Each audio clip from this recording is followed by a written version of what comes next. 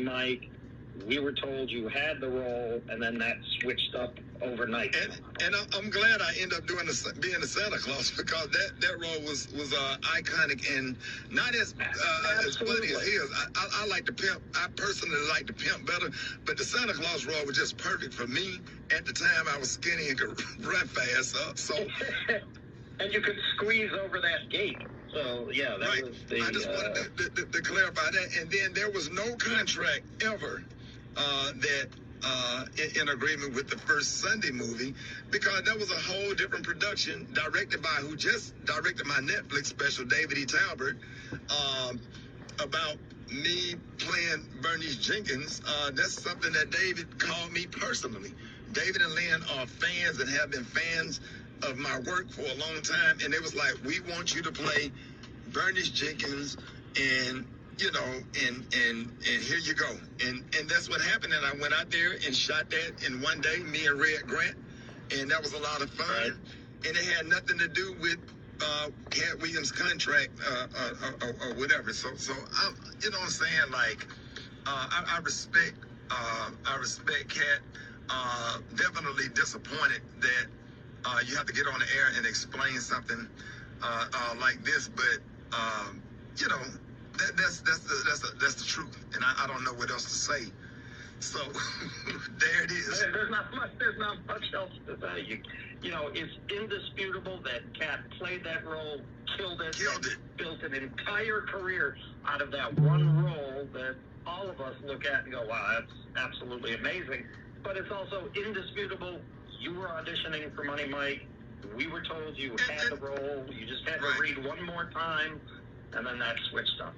And the crazy thing about it is, we had a conversation when it came out. He said a lot of this 12 years ago, and we had a conversation because I was on 14th Street in Atlanta, right by the Four Seasons Hotel, and I was driving down the street with my granddad in the car, and I saw Katt Williams going across the street on 14th Street, and I said, Katt, what's up? Whatever, I just wanted to make sure we was good. He said, come over and have a cup of coffee with me, because he was walking over to Starbucks. And I went over and he went in and got the coffee. We was chopping it up or whatever. Just didn't even really talk about the issue or whatever. I said, hey, man, I want you to come out and say hello to my granddad. My granddad is a fan. He came out to the truck.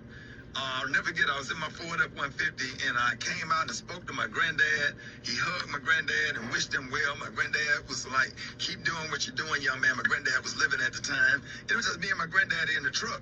And we dapped it up, and that was it. I mean, that was it. And I thought that we were good. I didn't know that we had any issues. And if there are any issues, or if there's anything that I've done, not only to Katt Williams, to anybody, I apologize, and I'm not perfect. I made mistakes, but I did. You know, that's just the honest to God truth. And I did audition for what I auditioned for, and I'm glad that the producers made that decision. And let me address all of the things with Gary. You can help me out with this, because, you know, comedy greats like Flip Wilson played Geraldine. Richard Pryor played some roles on his show. Jamie Foxx played Wanda. Martin played Shanae. I did Bernice Jenkins. Tyler Perry did. There's a lot of comics and a lot of comedy greats that did characters for the sake of funny, for entertainment, for the sake of the laugh. And it has nothing to do with nobody's comfortable in the role. Nobody wants to put on a damn dress or comfortable in it, you know. That has nothing to do with my manhood being lessened for trying to play a role and trying to put food on the table for my family. Because it's a prop.